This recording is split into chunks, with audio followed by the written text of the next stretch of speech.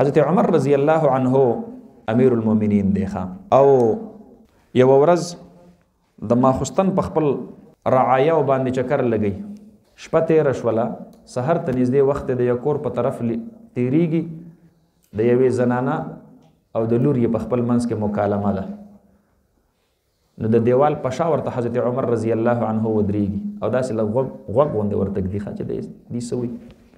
نو دا مور یې دې لور ته وایي چې یا بنیتي ای زما لورې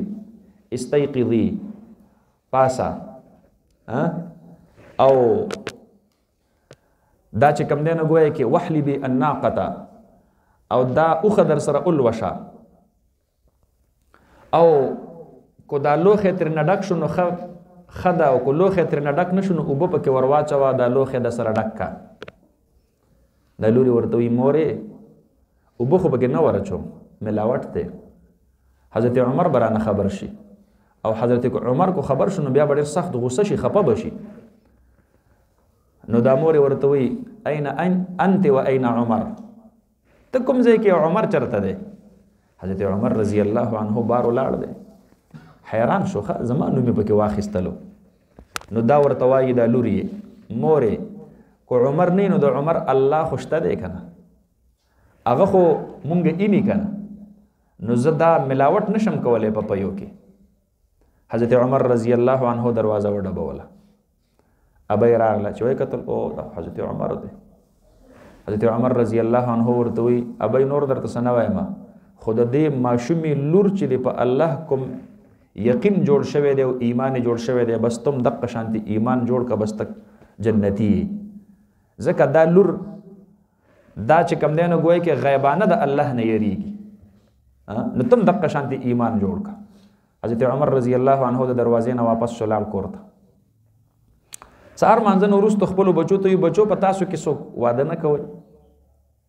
نو حضرت عاصم د حضرت عمر زوی دی هغه ورته وایي دا جي ولې نه زه یې کوم که نه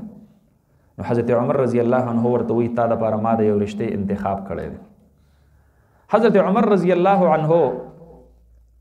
په هغې بادیه او په هغې صحرا کې پاتې کېدونکي دغه غریبه کورنۍ د هغې دغه یو مؤمنه او صالحه جینۍ دا د خپل زوی دپاره د رشتې دپاره چې کوم دی نو غوره کوي نو ځي د هغې نه رشته غواړي خوشحالي کې امیر المؤمنین رشته راولېږله اوهو دا خو خوشحالي او خوشحالي ده حضرت عمر رضی الله عنه د خپل زوی رشته عاصم ابن عمر رشته په هغې صحرا کې پاتې کېدونکي خانه بدوش حضرت عمر رضی الله عنه خپل زوی له هغه رشته وغوښتله الله رب العالمین د هغې پاکې او مؤمن صالح جینۍ د بطن نه یوه لور پیدا کړله د حضرت عاصم ابن عمر د هغه چې کوم دی نو ګویا کې لور او د هغې لور نه الله رب العالمین یو زوی ورله ورکو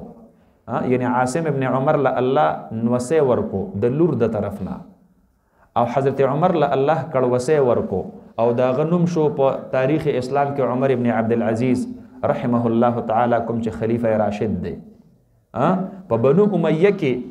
چې بنو امیه په خپل 100 کاله حکومت کې څومره ظلمونه کړي دي